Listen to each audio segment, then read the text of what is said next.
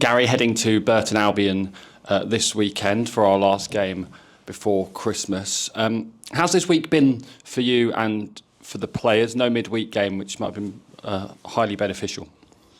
Yeah, it's been really good. It's been, I think, an opportunity to kind of reset, good, honest conversations, players, staff, and get things together again, start winning games again, and look to the new year with real positivity. So it's been a good week to have that, and the players are refreshed physically, but also ready to go again and get our season back on track by a win, and then, like I said, kick on in the second half of the season.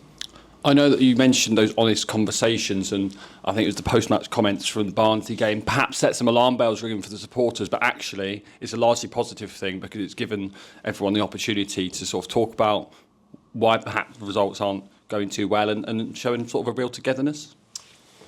Yeah, football's an emotional game. I think that if they see me on the side, they see somebody who wants to win football matches. I think our players want to win football matches, and at times you have to be honest with each other. That's two-way. That's players and staff, giving opinions, so that we can then find a way to come out of this run to be better.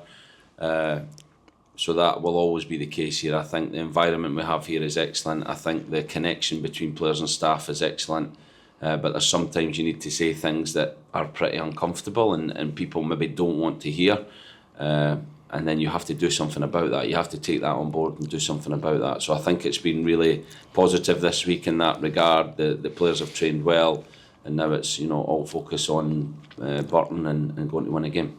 No midweek first team game, as we mentioned, but there was an under-21s Premier League Cup game last night, 3-1 win against Bromley, and some really important minutes for players like Pat Jones, as well as an excellent win as well.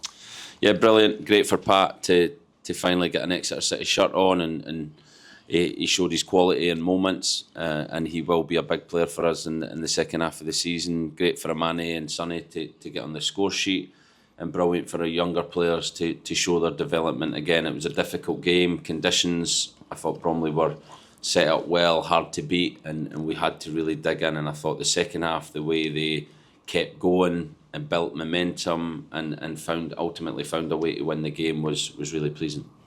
All eyes on Saturday's game then. Has your preparation changed slightly given that Burton announced a new manager this week in Gary Bowyer?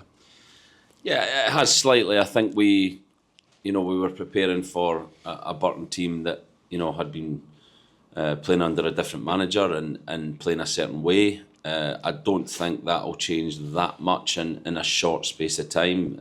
You can only change so much on the training pitch in 2 or 3 days, but we know that Gary Bowyer's an excellent manager, excellent CV in terms of promotions, north and south of the border.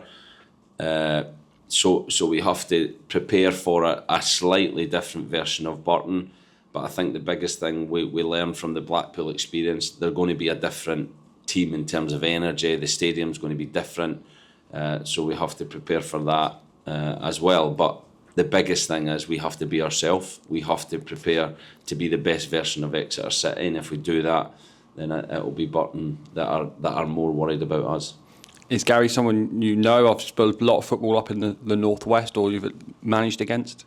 He's somebody I've met on LMA courses. We spent a day at Newcastle with Rafa Benitez years ago, and then I've had conversations with him. And he's somebody I think he's a real football man.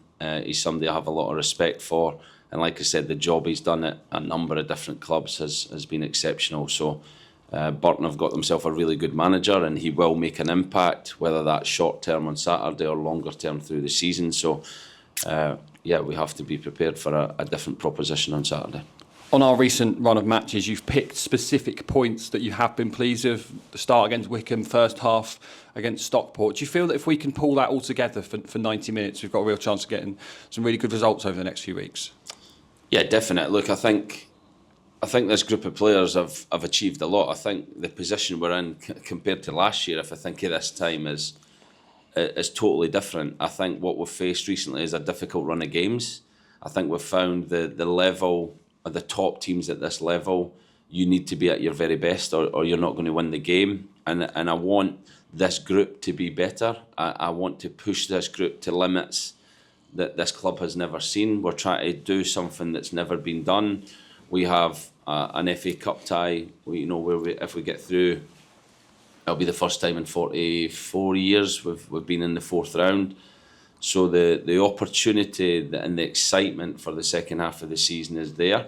I just believe this group of players can be better. So it's my job to push them. It's their job, to work together, to question the staff, to say what they need to get to their very best. And together, I think we can do that in the second half of the season.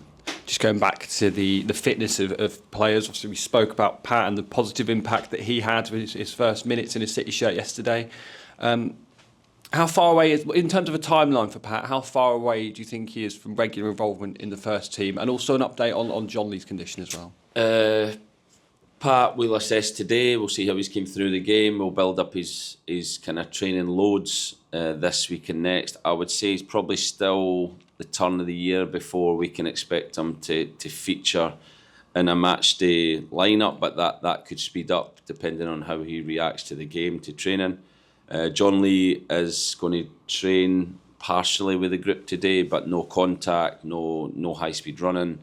So again, he will need to then obviously get into full training and get a number of days training before we consider him. So he'll probably be more like mid-January before he's ready to feature. But great that we have players of that quality coming back, and great that we have such a big pool of players to pick from. At the minute, every game we're leaving good players out the team, good players out the squad, and that can only be good for the group moving forward. Just to finish then, if we can touch on the January transfer window, looking ahead to the next few weeks, what at this point can you say without giving too much away about your plans for January?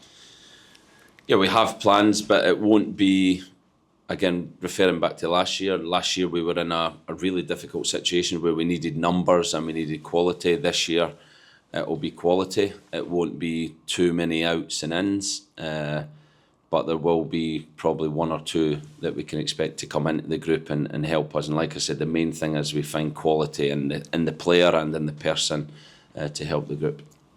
A case, as we always say, even if it takes a little bit longer, you'd rather get the right player than get someone really quickly that's not quite the right fit. Yeah, definitely. I think we've done that well. I think every transfer window we've improved the squad, and this is no different. We have to get good people in first and foremost, and obviously good players. So we will, do our work that we do with Marcus, with Malcolm, Sam Barrell, and the recruitment team, and get the very best players we can to help the team in the second half of the season.